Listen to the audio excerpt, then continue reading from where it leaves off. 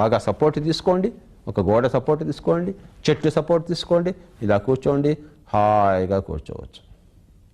ధ్యాన ముద్ర గురించి తెలుసుకుందాం. ఇలా హాయిగా కూర్చోవడం, ఇలా కూర్చోగలిగితే, ఇలా కూర్చోలేకపోతే కింద కాళ్ళు పెట్టుకుని కూర్చోవచ్చు, ఇలా ఇలా కూర్చోవచ్చు. ఇలా పాదాలు రెండు క్రాస్ చేసుకోవాలి. ఏ కాలు పెట్టాలే కాదు, ఏ కాలు అయినా ఎటువైనా పెట్టుకోవచ్చు.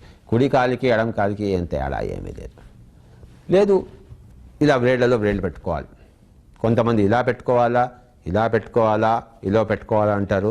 ఇది అధమ పక్షం, ఇది మధ్యమ పక్షం, ఇది ఉత్తమ పక్షం. కనుక అన్ని వేళ్ల లోపలికి పోవాలి. మై డియర్ ఫ్రెండ్స్, ఇలా హాయిగా కూర్చున్నాం అనుకోండి. కొంతమంది ఏమంటారు, ఇలా నిటారుగా కూర్చోవాలా అండి అంటారు. నిటారుగా కూర్చుంటే వెన్నెముక నొప్పెడుతుంది. కనుక ఈ ధ్యాన ముద్రలో ఇలా కూర్చున్నప్పుడు హాయిగా